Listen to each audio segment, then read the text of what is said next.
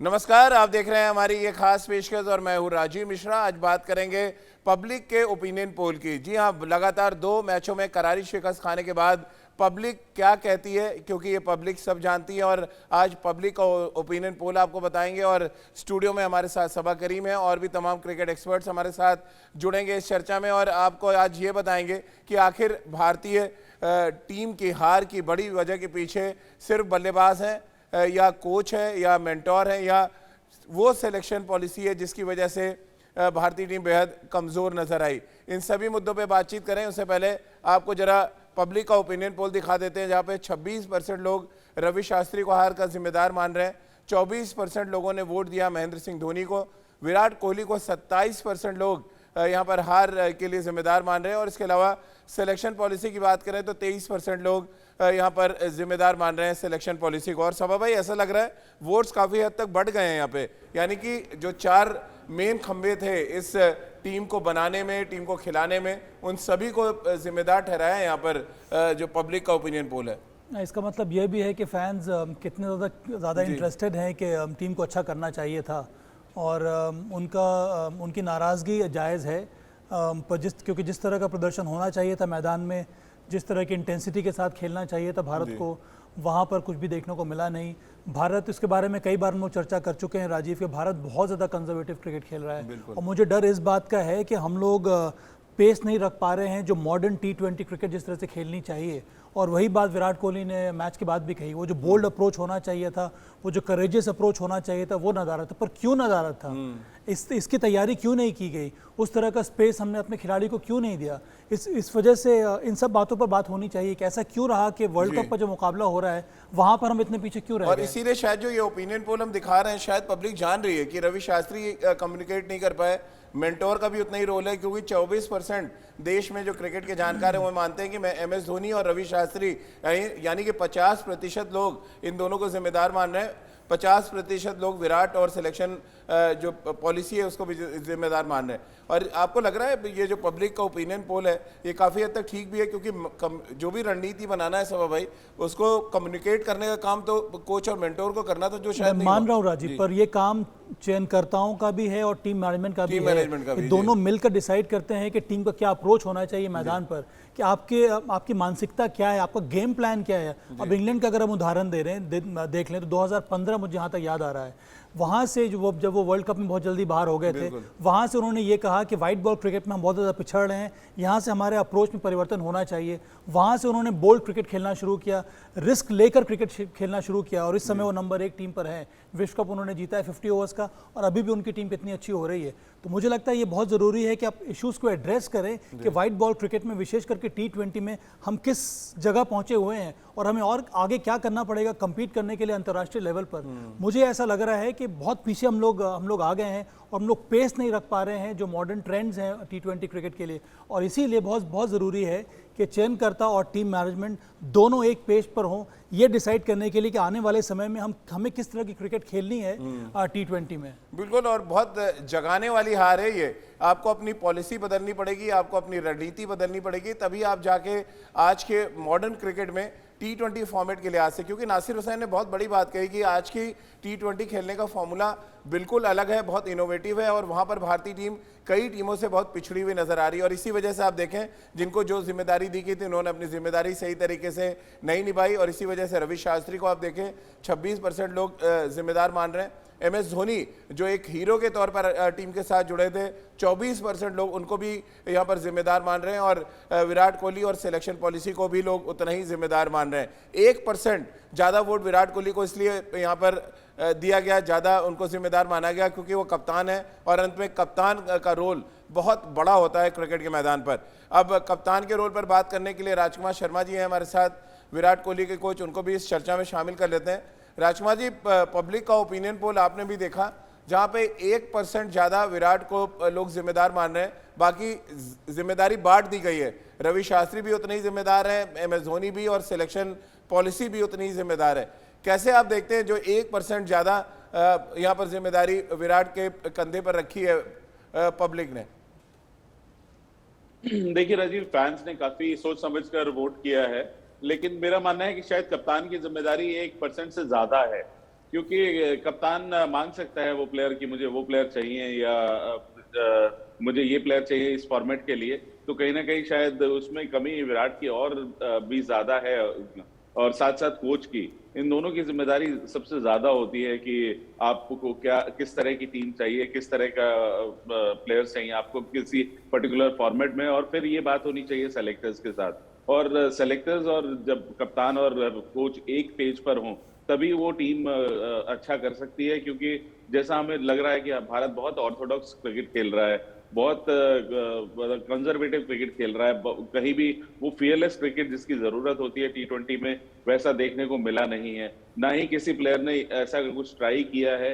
एक प्लेयर है हार्दिक पांड्या जिसका लगता है कि वो ऐसी कोशिश कर सकते हैं, लेकिन वो भी आउट ऑफ फॉर्म नजर आ रहे हैं, और उनको भी लोग यही क्रिटिसाइज कर रहे हैं कि उन्हें क्यों खिलाया जा रहा है बार बार। तो हमारे पास वो उस तरह की क्रिकेट खेलने के लिए शायद इस फॉर्मेट के लिए मुझे लगता है कि एक नई टीम की जरूरत है, एक यूथ जो प्लेयर्स हों, यंगस्टर्स हों, वो खेलें, फ्रेश लेग्स हों, और जो इस तरह की फियरलेस क्रिकेट खेलना चाहते हों या खेल सकते हों, तो कहीं ना कहीं टफ डिसीजंस लेने पड़ेंगे भारत को। तो अगर क्या राजकुमार जी आपकी बात से मतलब ये निकाला जाए कि आने वाली जो सीरीज है वहां पे रोहित शर्मा, विराट कोहली, मोहम्मद शमी जैसे खिलाड़ियों की जगह नहीं है अब T20 फॉर्मेट में? देखिए राजीव, अगर कोई प्लेयर अच्छा नहीं करता है तो किसी फॉर्मेट में अगर नहीं सूट करता है तो वो उसको वहां से हटा दिया जाना चाहिए। अगर मोहम्मद शमी की बात करें, उसमें कोई बुराई नहीं है। अब मोहम्मद शमी एक बहुत ही शानदार गेंदबाज है, मैं उनका बहुत बड़ा फैन हूँ, लेकिन अगर वो T20 फॉर्मेट में नहीं, अगर वो फिट बैठते, वो बहुत शानदार गेंदबाज हैं टेस्ट क्रिकेट के, तो उनको टेस्ट क्रिकेट ही खेलना चाहिए या सेलेक्टर्स को ही देखना चाहिए और उनको बताना चाहिए कि भाई आप हमारे लिए टेस्ट क्रिकेट में परफेक्ट हैं। जैसे पुजारा को आपने रखा हुआ है, वो टेस्ट क्रिकेट खेलते हैं, वो T20 नहीं खेलते हैं। तो इस तरह हमें भी ये डिसाइड करना होगा कि कौन सा प्लेयर किस फॉर्मेट में सूट करता है, और उसी तरह की फिर उन प्लेयर्स को जिम्मेदारी दी जाए कि आप T20 खेल रहे हैं, आपको इनोवेटिव शॉट्स लगाने होंगे, आपको पीएलएस क्रिकेट खेलना होगा, और यही आपका गेम है, and we will back you. तो फिर प्लेयर उसी तरह की क्रिकेट खेलेंगे। बिल्कुल, और फियरलेस बात कहना और फियरलेस बात को समझना भी बहुत जरूरी है। जो बात आज इंडिया न्यूज के प्लेटफॉर्म पे राजकुमार जी कह रहे हैं, जिस तरह से सभा भाई लगातार कह रहे हैं कि आपको इनोवेशन लाना पड़ेगा, आपको बिल्कुल अलग सोचना पड़ेगा, आपको T20 फॉर्मेट में अलग बढ़ना है, और सबसे इंपॉर्टेंट है क्रिकेट के किसी भी फॉर्मेट में कि आप मानसिक रूप से कितने मजबूत हैं, खासतौर से नॉकआउट मैचेस के लिए जहां पर विराट कोहली की सेना अक्सर फेल हो जाती है। गौतम गंभीर ने एक बड़ा स्टेटमेंट दिया विराट कोहली की कप्तानी को लेकर, आइए वो आपको सुनवा देते हैं और उसके बाद इस चर्चा को आगे ले जाते हैं। मानसिक मजबूती की बात कर रहे हैं सभा भाई यहाँ पर गौतम गंभीर, आपको भी ये लगा इतने बड़े बल्लेबाज विराट कोहली रहे, इतने शानदार कप्तानी उन्होंने की है, लेकिन क्रंच मैचों में मानसिक मजबूती ना होने की वजह से भी फैंस ने शायद, जो हमने ओपिनियन पोल चलाया उसमें उनको ज़्यादा जिम्मेदार माना गया है? मुझे नहीं लगता है कि यहाँ पर मेंटल स्ट्रेंथ की कमी के वजह से ये हार का मुंह हमें देखना पड़ा है।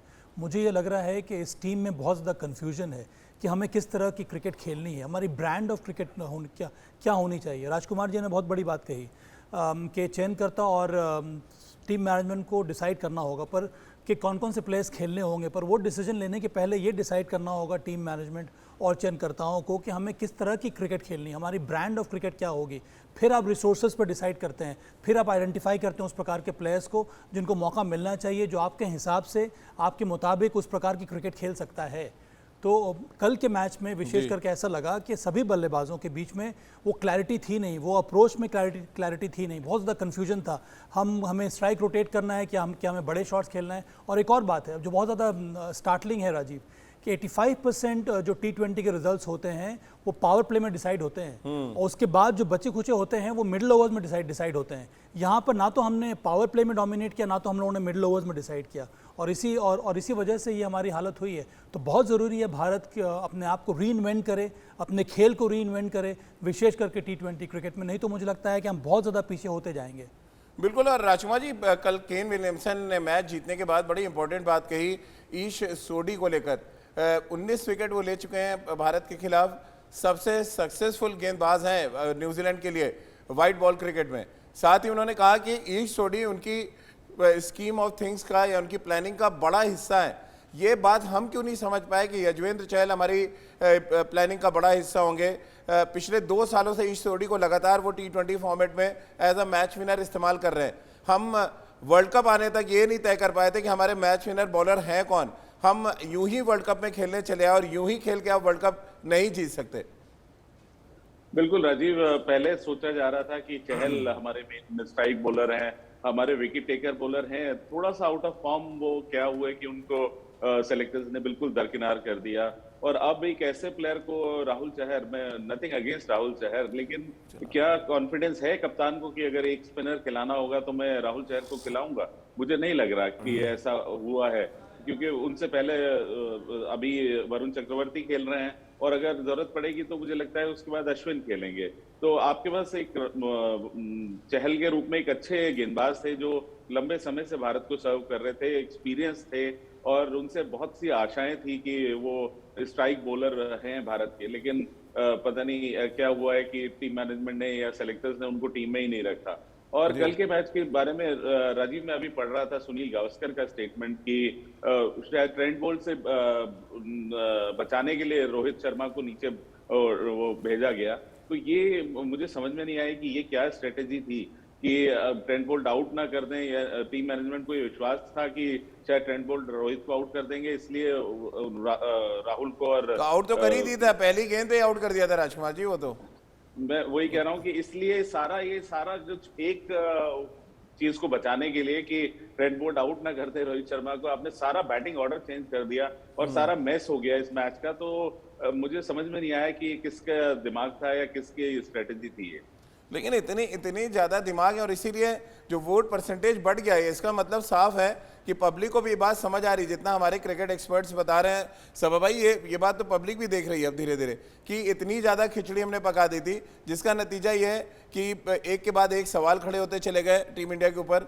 वो सवाल भी हम आपको दिखाएंगे लगातार, लेकिन एक बार फिर जरा हम पब्लिक का ये जो ओपिनियन पोल है वो आपको दिखा दें। रवि शास्त्री को बड़ा जिम्मेदार माना गया, MS धोनी को भी उतना ही बड़ा जिम्मेदार, क्योंकि उनका काम था मेंटोर करना, खिलाड़ी तैयार करना, जो वो नहीं कर पाए।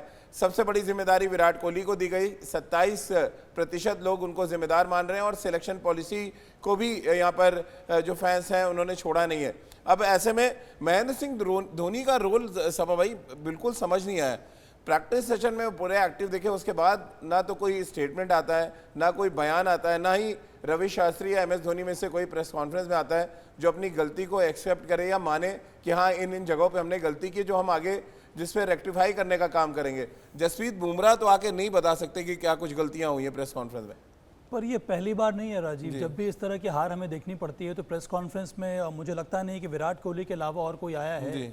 और ये बड़ा ही अजीब सा सिस्टम यहाँ पर भारतीय टीम मैनेजमेंट में इख्तियार किया है कि फैंस का और जितने सारे लोग जुड़े हुए हैं वो चाहते हैं कि भाई BCCI को आपको नहीं लगता कहना चाहिए कि आपको जाना पड़ेगा, आप जवाब देंगे, अब कोच जाएगा अंत में या कप्तान जाएगा? अंत में टीम मैनेजमेंट डिसाइड करता है यहाँ पे, पता नहीं डंडा तो चलाना पड़ेगा, नहीं तो आप जसप्रीत बुमराह को भेज देंगे, ईशान किशन को भेज देंगे। आप जवाब दें। मैं आपके बात से सहमत हूँ राजीव। मुझे ये लगता है कि MS धोनी ने तो जब वो प्रैक्टिस सेशन हो रहा था तब भी वो सामने आए नहीं, तो मैं नहीं एक्सपेक्ट कर रहा था कि MS धोनी आएंगे। ऐसे भी उनका रोल एक मेंटर के रूप में था, तो पूरी की पूरी जो रिस्पॉन्सिबिलिटी है वो बहुत हद तक हेड कोच और कप्तान की होती है कि आप किस तरह से टीम को ड्राइव कर रहे हैं, किस तरह से आप किस दिशा में ले जा रहे हैं टीम को। तो इसी वजह से यहाँ पर रवि शास्त्री और कप्तान दोनों को रिस्पॉन्सिबल ठहराना तो मेरे हिसाब से उचित भी है। और जैसा कि राजकुमार ने कहा कि अंत में कप्तान लीड करता है मैदान में टीम को, उसके ऊपर बहुत बड़ा दायित्व है कि आप किस तरह से लीड कर रहे हैं। तो उसमें ज़रूर बहुत बड़ी भूल हुई है विराट कोहली से भी। लेकिन यहाँ पर सिलेक्शन पॉलिसी को भी काफ़ी लोगों ने जिम्मेदार ठहराया सभा भाई, 23%, क्योंकि आप सिलेक्टर रहे हैं। आपको क्या लग रहा है कि ये जो पब्लिक का ओपिनियन पोल है उसमें सिलेक्शन पॉलिसी को लेकर कि अच्छे गेंदबाज नहीं चुने गए टीम में, कुछ ऐसे बल्लेबाज थे जो फॉर्म में थे जिनको लिया जा सकता था, और ये फैंस लगातार सोशल मीडिया पे लिख भी रहे थे कि यजवेंद्र चहल का टीम में होना बहुत ज़रूरी है। अगर वो होते तो प्लेइंग 11 में होते, ये तो शर्तियाँ हैं। और अगर आपके पास राहुल चहर थे तो फिर आपने खिलाया क्यों नहीं उनको? क्योंकि जिस तरह का ट्रेंड देख रहे हैं हम इस वर्ल्ड कप में, रिस्ट स्पिनर्स को बहुत विकेटें मिल रही हैं। हाँ, और ये सवाल जायज़ है क्योंकि रिस्ट स्पिनर हमारे तरफ एक भी नहीं था। अब रविंद्र जडेजा फिंगर स्पिनर है, वरुण चक्रवर्ती भी एक तरह से फिंगर स्पिनर है जी। और यहाँ पर अगर आप दूसरी तरफ देखें, हर एक टीम में चाहे वो आदिल रशीद हो या एश सोडी हो या एडम जम्पाई क्यों ना, उन्होंने विकेट लिए। हालांकि इंग्लैंड के विरुद्ध वो पिट गए थे, पर वो विकेट टेकिंग ऑप्शन है, तो भारत ने राहुल चहर को क्यों नहीं खिलाया। मैं याद दिलाना चाह रहा हूँ 2016 का सेमीफाइनल जो मुकाबला हुआ था भारत का इंडिया के विरुद्ध, वहां पर मैच हारने के बाद बहुत ज़्यादा साफ हो गया था कि भारत पिछड़ गया वेस्ट इंडीज से, क्योंकि हमने अंतिम के 2 या 3 ओवर में सिर्फ डबल या सिंगल्स पर ही विश्वास दिखाया, हमने कोई बड़े शॉट्स लगाए नहीं। हमने वहां पर स्कोर रखा सिर्फ 190 का वानखेड़े स्टेडियम के विकेट पर, और वेस्ट इंडीज ने आसानी से वो जो रन चेज है वो पूरा कर लिया। तब भी हमें लग रहा था कि हम बहुत ज़्यादा पीछे हैं जहां तक के डिमांड से T20 क्रिकेट के लिए, और इतने साल गुजर गए उसके बावजूद हम वहीं पर टिके हुए हैं, हमने कोई भी आगे प्रोग्रेस नहीं किया। ये बहुत बड़ा सवाल है यहाँ पर भारतीय टीम के सामने। चलिए, रितेंद्र सोडी भी जुड़ गए। रितेंद्र, क्योंकि पब्लिक का ओपिनियन पोल हम यहाँ पे दिखा रहे हैं, 4 लोगों पे 100 अंक बांटे गए और वहाँ पे विराट कोहली 27% जिम्मेदार माने गए, रवि शास्त्री 26% और महेंद्र सिंह धोनी 24%। आपकी नज़र में कौन है सबसे बड़ा जिम्मेदार हार का? राजीव, यहाँ पे अब ये टीम है, टीम जब जीतती है तो इकट्ठे जीतती है, हारती है तो इकट्ठे हारती है। तो I think everybody has to take the responsibility. अगर हम अकेले विराट कोहली को जिम्मेदार ठहराएंगे, मैं मानता हूँ वो कप्तान है, कप्तान has to lead by example, और कप्तान पे गाज गिरती है जब टीम हारती है इतना बड़ा टूर्नामेंट। बट ये कलेक्टिव फेलियर है। अभी मैं साबा को सुन रहा था, वो बात कर रहे थे राहुल चहर को खिलाया जा सकता था, युजवेंद्र चहल की बात हो रही थी। ये सब इन हाइंडसाइट है, जब चिड़िया चुग गई खेत। इससे पहले हम क्या कर रहे थे? आप आर अश्विन को वर्ल्ड कप लेके गए, मुझे लगता है वो खुद हैरान होंगे कि वो T20 वर्ल्ड कप टीम में आ गए हैं। 3-4 साल से ज्यादा T20 खेले ही नहीं है। युजवेंद्र चहल आपके मेन प्रीमियम बॉलर, जो हाथ के जादूगर है, इतनी अच्छी बॉलिंग करते हैं, उनको तो रास्ता ही नहीं दिखाया गया वर्ल्ड कप का, और लेके गए आप Varun Chakravarthy. He is very talented, very good spinner, लेकिन वर्ल्ड कप में आपको एक्सपीरियंस की जरूरत थी, और यहाँ एक्सपीरियंस हमें कम दिखा है क्योंकि चहल मौजूद ही नहीं थे। आपका जो स्पिन हेड बॉलर अगर मौजूद नहीं है तो आप मुश्किल में आएंगे। तो जी हाँ, बहुत सी गलतियां हैं। मुझे लगता है हमें 3-4 शो करने पड़ेंगे, इतनी गलतियां हैं उनको डिस्कस करने के लिए। फैंस के बीच में गुस्सा है और खिलाड़ी इस बात को जानते हैं कि फैंस हैं तभी खेल है और खेल है तभी खिलाड़ी हैं। इस बात को जितनी जल्दी भारतीय खिलाड़ी समझ जाएं उतना बेहतर है, क्योंकि जिस तरह का प्रदर्शन वर्ल्ड कप में हुआ है वो किसी को भी रास नहीं आ रहा है। सबा भाई हमारे साथ स्टूडियो में, लगातार हम पब्लिक के ओपिनियन पोल पर चर्चा कर रहे हैं और एक बार फिर वो ओपिनियन पोल आपको दिखा देते हैं। इस ओपिनियन पोल को देखकर आपको अंदाज़ा लग जाएगा कि हार की जिम्मेदारी कोच और मेंटोर के साथ साथ कप्तान और सिलेक्शन पॉलिसी को भी पब्लिक ने दिया है। हमारे साथ अमेरिका से इस समय दानिश कनेरिया जुड़ रहे हैं जो पाकिस्तान के लिए खेले हैं। रितेंद्र सोडी, राजकुमार शर्मा जी हैं और सबा भाई स्टूडियो में हैं। जैसे कि लगातार आप पिछले आधे घंटे से देख रहे हैं और सुन रहे हैं, हम इस अहम और गंभीर विषय पर बातचीत कर रहे हैं। दानिश भाई, इस बार चर्चा में आपको शामिल करते हैं। यहाँ पर हमने एक पब्लिक का ओपिनियन पोल चलाया जिसमें सबसे ज़्यादा जिम्मेदारी 27% विराट को माना गया है जिम्मेदार, और रवि शास्त्री और महेंद्र सिंह धोनी की जोड़ी को 50% लोगों ने वोट दिया है। अब आप कैसे देखते हैं हार की जिम्मेदारी आपके नज़र में सबसे ज़्यादा किसकी है? देखिए, हार की जिम्मेदारी नो डाउट कैप्टन होता है, उसके बाद मैनेजमेंट के अंदर, क्योंकि कैप्टन विराट कोहली और रवि शास्त्री जो है काफी टाइम के साथ टीम के साथ जुड़े हुए हैं और दोनों की अंडरस्टैंडिंग है। MS धोनी को मैं नहीं समझता क्योंकि वो अभी आए हैं, रिसेंटली उन्होंने टीम को ज्वाइन किया एज अ मेंटर। लेकिन कल जिस तरह की इंडियन टीम ने क्रिकेट खेली और पहले मैच में क्रिकेट खेली है, इससे साफ जाहिर होता है कि ये IPL, देखिए IPL हुई, ठीक है, IPL से फटीग कितनी हो गई प्लेयर को, प्लेयर वो फिटनेस के लेवल पर नजर नहीं आया, प्लेयरों की फिटनेस, चाहे वो विराट कोहली की कैप्टनसी भी जो है वो अच्छी नहीं रही, और उसने जो टीम के अंदर बैटिंग के अंदर जो अप एंड डाउन किया ना, वो सबसे बड़ी गलती की। क्योंकि आप जो है अपना लेफ्ट आर्म पेसर, ठीक है, ट्रेंट बॉलिंग कर रहा है तो रोहित शर्मा उसके सामने अच्छा नहीं खेलेगा, आपने उसको वन डाउन कर दिया, ऐसे कैसे आप पहले कह सकते? क्योंकि रोहित शर्मा और ट्रेंट बॉल तो एक में खेलते हैं, इंडियन में नेट्स पे ज्यादा खेलते हैं, और आपने एक यंग टैलेंटेड खब्बे को और अच्छी बॉल करता है। और ईशान किशन क्योंकि नया है, वो थोड़ा प्रेशर था। मेरे ख्याल से बैटिंग चेंज एक तो बहुत बड़ी गलती रही। Team selection was very poor, और टीम सिलेक्शन के अंदर कौन आता है? विराट कोहली, रवि शास्त्री आता है। देखिए, मैं बार बार एक बात हर चैनल पे और अपने भी चैनल पे ये बात कह रहा हूँ कि अपना जो है यूट्यूब, अपना जो है लेग स्पिनर की कितनी इंपॉर्टेंट है इस टूर्नामेंट के अंदर। कल भी आपने देखा इस सोडी को जो है मैन ऑफ द मैच मिला। आदिल रशीद बढ़िया बॉलिंग कर रहे हैं, राशिद खान कर रहे हैं। जब आपने चहल को बाहर कर दिया तो चहल को जब टीम है तो उसको यूटिलाइज क्यों नहीं किया? Right term leg spinner is a wicket taking bowler, wicket ले सके। मिडिल ओवर में कौन विकेट आपको लेके देता? क्या शार्दुल ठाकुर विकेट लेके देते? क्या जडेजा विकेट लेके देते? आपको वरुण चक्रवर्ती जो फिंगर स्पिनर है वो लेके देते?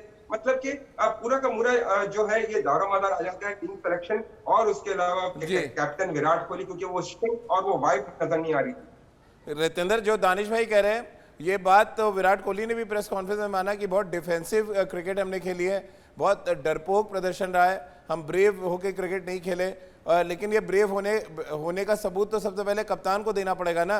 एक अच्छी और अग्रेसिव टीम आपको चुननी पड़ेगी। राहुल चहर के बारे में जिस तरह सभा भाई भी कह रहे हैं, दानिश भी कह रहे हैं कि एक लेग स्पिनर था आपके पास, एक विकेट टेकिंग ऑप्शन था जो आपने नहीं खिलाया। जी हाँ राजीव, बिल्कुल। अगर आप पुअर प्लानिंग की बात करें, मैं तो ये कहूंगा वेरी वेरी पुअर।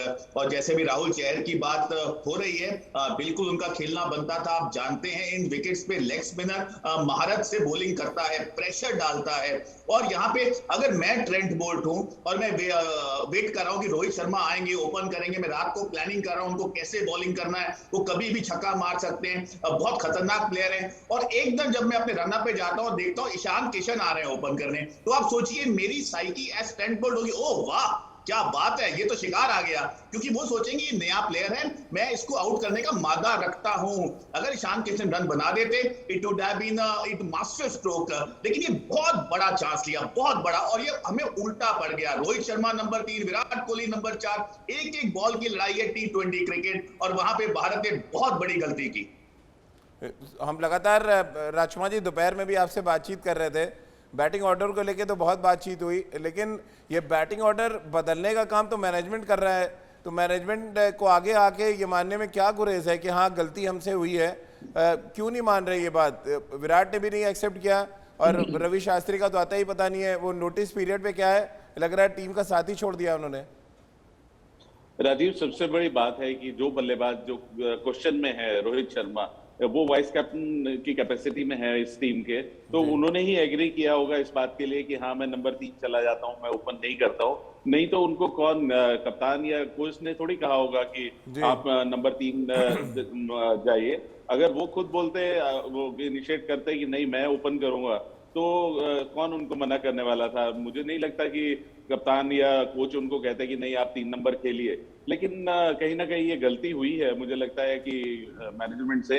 आप रोहित शर्मा अगर खुद चाहेंगे कि मैं ओपन करूंगा तो वो ओपन ही करते, तो कहीं ना कहीं शायद बाकी लोगों ने सपोर्ट किया होगा। लेकिन मेरा मानना है कि सबसे बड़ा रोल इसमें रोहित शर्मा का है।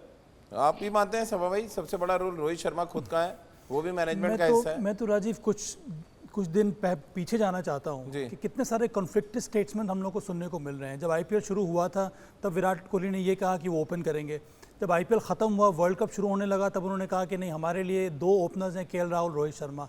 एक मैच हम हारे, वहाँ पर हमने चेंज कर दिया। फोर्स चेंज हुआ, हम ईशान किशन को लेकर आए, पर ईशान किशन को हमने ओपन क्यों कराया? इसके पीछे क्या वजह थी, किसी को एक्सप्लेन करने की यहाँ पर आवश्यकता पड़ नहीं रही है। तो मुझे लगता है इतने सारे आप कन्फ्लिक्टिंग अगर स्टेटमेंट देंगे तो टीम में जो संदेश भी जा रहा है वो भी यही जा रहा है कि हम बहुत ज़्यादा अनस्टेबल हैं, हम सेटल नहीं है, हमारी टीम में वो बैलेंस नहीं है। अब आपने जसविंदर चहल को बाहर किया है क्योंकि आप सोच रहे थे कि राहुल चहल उससे अच्छे गेंदबाज हैं। अगर आप यही मान रहे हैं तो फिर उनको क्यों नहीं खिलाया गया 11 में? आप देख रहे हैं कि हर एक टीम में रिस्ट स्पिनर जो है वो ज़्यादा इफेक्टिव है। हम लोगों ने, हमारे टीम में एक भी 11 में रिस्ट स्पिनर नहीं खेल रहा है। तो मुझे लगता है ये जो संदेश जो मिल रहे थे भारतीय टीम से, वो दिखला रहे थे कि वो जो संतुलन होना चाहिए था टीम का, वो जो एकजुटता होनी चाहिए थी टीम के प्रदर्शन में, वो देखने को नहीं मिल रहा है। दानिश भाई, ऐसा लग रहा है आप सभी की बात सुन के कि कंप्लीट फेल्यूर था एकदम पूरी टीम मैनेजमेंट का, सिर्फ कप्तान को नहीं, यहाँ पे जो कप्तान के साथ मेंटोर थे, कोच थे, वाइस कैप्टन थे, कंप्लीट फेल्यूर मान रहे हैं आप 2 मैच देखकर? जिस तरह से टीम खेली है? Yeah, बिल्कुल complete failure of the think tank which India team had. Ravi Shastri, Virat Kohli, MS Dhoni, because एक बंदे को तो आप ब्लेम नहीं कर सकते because it's a team game, और इसके लिए हम क्रिकेट खेलते हैं क्योंकि ये टेनिस या ये जो है गोल्स तो है नहीं कि सिंगल बंदे का खेल है, ये टीम का गेम है। जब 11 उतरते ग्राउंड में उनका कसूर है, जो मैनेजमेंट टीम बना थी उनका कसूर है। लेकिन इतनी हाइप क्रिएट हो गई थी, इतनी हाइप कि इंडिया इस तरह कर देगा वो कर देगा, लेकिन जब आपने 5 स्पिनर रखे हुए हैं, सिलेक्शन कमेटी ने 5 स्पिनर दिए हुए हैं, आप जा रहे हैं 2 स्पिनर के साथ, 3 फास्ट बॉलर के साथ, और वो भी 3 फास्ट बॉलर ऐसे जिसमें जसप्रीत बुमराह नंबर 1 आते, लेकिन शमी और शार्दुल ठाकुर की आप फिटनेस भी देखे या उनकी फॉर्म भी देखे, was not up to the mark. तो इससे अच्छा कि 3 स्पिनर के साथ आप एक्सप्लॉइट करते यूएई की कंडीशन पे। ठीक है, ड्यू फैक्टर होता है, लेकिन यार एज अ प्रोफेशनल जब हम इंटरनेशनल क्रिकेट खेलते हैं, अपनी कंट्री को रिप्रेजेंट करते हैं, हमें इन सब चीजों से क्योंकि एक्सक्यूजेस नहीं होती क्रिकेट में, और जब आप इतने बड़े स्टेज पे खेल रहे होते हैं ना तो एक्सक्यूज तो बनता नहीं है। मेरे ख्याल से इंडिया ने एक तो हार्दिक पांड्या, पता नहीं विराट कोहली का और रवि शास्त्री का क्या माइंडसेट है कि हार्दिक पांड्या अगर बॉलिंग भी नहीं करता लेकिन वो में हमें करके देगा। एक प्रॉपर बैट्समैन और एक ऑलराउंडर में हमेशा से फर्क रहता है। You have a bit of player और you have a proper player of that के आपने बैट्समैन नहीं खिलाना था तो आप एक एक्स्ट्रा बॉलर खिला देते हैं वहां पर, जो आपको बैटिंग भी करके दे देता। चाहे आप अश्विन को डाल देते, इतना एक्सपीरियंस है, उसको इतने समय के बाद लेके आए हैं। आपने वहां पर इंग्लैंड में भी जब न्यूजीलैंड से वर्ल्ड टेस्ट चैंपियनशिप का फाइनल हारे, वहां पर भी आपने उसको बाहर बैठा दिया।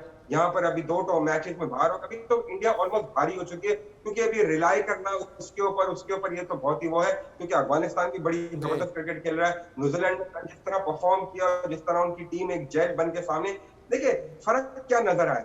फर्क ये नजर आया कि जो न्यूजीलैंडर्स है, केन विलियमसन है, he had every card at the right time. वो हर टाइम पे ऐसा कार्ड लेके आ रहे थे जहां पर इंडियन बैट्समैन 71 बॉल्स यार, मतलब बाउंड्री नहीं लगी, मतलब T20 ऐसा खेले कि बाउंड्री नहीं लगी, मिस टाइम होते जा रहे हैं, सारी चीज हो रही है। 1 महीने से आप दुबई में हैं, यूएई में हैं, कंडीशंस आपके साथ है, आपको हर विकेट के ऊपर आपने प्रैक्टिस कर रखी, लेकिन जब अप्लाई की बात आई, इंटरनेशनल क्रिकेट की बात आई, तो इतना प्रेशर आ गया कि आपसे वो जो है कोप ही नहीं हो सका। और डेफिनेटली विराट कोहली जो है जी दानिश भाई, और रितेंद्र कुछ कहना चाह रहे थे, उनकी नजर नहीं आया, उनकी बात भी सुन लेते हैं। रितेंद्र, आप भी मानते हैं जैसे दानिश कह रहे हैं कंप्लीट फेल्यूर था पूरी की पूरी टीम मैनेजमेंट का और कोई भी बख्शा नहीं जाना चाहिए? जी हाँ, बिल्कुल राजीव, क्योंकि वर्ल्ड कप से पहले भारतीय टीम ऐसा लग रहा था बाकी टीम तो वर्ल्ड कप में आ ही नहीं रही है और भारत को वर्ल्ड कप का ताज मिलेगा। इतनी जबरदस्त फेवरेट थी, बहुत मुकम्मल टीम नजर आ रही थी, लेकिन चारों खाने हम चित हुए हैं। अभी जैसे दानिश बात कर रहे हैं पुअर प्लानिंग की, और यहाँ पे एक बात तो क्लियर हो गई है कि हार्दिक पांड्या कपिल देव नहीं है। उनको कपिल देव बनने में अभी 15 साल लगेंगे। उनको इतना ओवररेट किया गया, इतना ओवररेट, 15 नहीं 150 साल लग जाएंगे रितेंद्र, 150 साल लग जाएंगे कपिल देव बनने में। 15 साल तो छोड़ दीजिए। प्रत्यक्ष को प्रमाण की जरूरत नहीं है। अगर आप जिम्मेदारी विराट कोहली को लेनी होगी हार की, यहाँ पे हार्दिक पांड्या को भी लेनी होगी, क्योंकि अगर आप बॉलिंग नहीं कर रहे हैं, अब आखिरी मैच में आ गए, आपने 2 ओवर डाल दिए, दुनिया ने देख लिया कि 2 ओवर डाल दिए, ठीक है, बहुत अच्छा है, लेकिन तब चिड़िया चुग गई थी खेत। तो वहां पे I think India has to answer, management to answer that why you took Hardik Pandya when he was half unfit. Rajkumar ji, ये हार्दिक पांड्या पे दानिश ने भी क्वेश्चन उठाया, रितेंद्र भी उठा रहे हैं। अब मुझे आप समझाएं जरा कि टीम मैनेजमेंट की फेल्यूर की हम बात कर रहे हैं, हमने परसेंटेज भी दिखा दिया, पब्लिक का ओपिनियन पोल भी। आपको क्या लग रहा है, क्यों हार्दिक पांड्या से इतना प्यार है विराट कोहली, रवि शास्त्री को, कि दुनिया से उन्होंने लड़ाई ले ली, टीम रसातल में पहुंच गई, लेकिन कुछ फर्क नहीं पड़ा उनको? राजीव, मैं हार्दिक पांड्या को फेवर नहीं कर रहा हूं, लेकिन आप मुझे बताएं कि उनके मुकाबले का ऑलराउंडर कौन है, कौन ऐसा इंपैक्ट ऑलराउंडर? आप तो एज अ बैट्समैन खेल रहे हैं पिछले कितने महीने से, ऑलराउंडर कहां से मान लें उनको? मैं ये कह रहा हूं कि फिनिशर कौन है? कोई ऐसा डोमेस्टिक क्रिकेट ऑलराउंडर से भरी हुई है।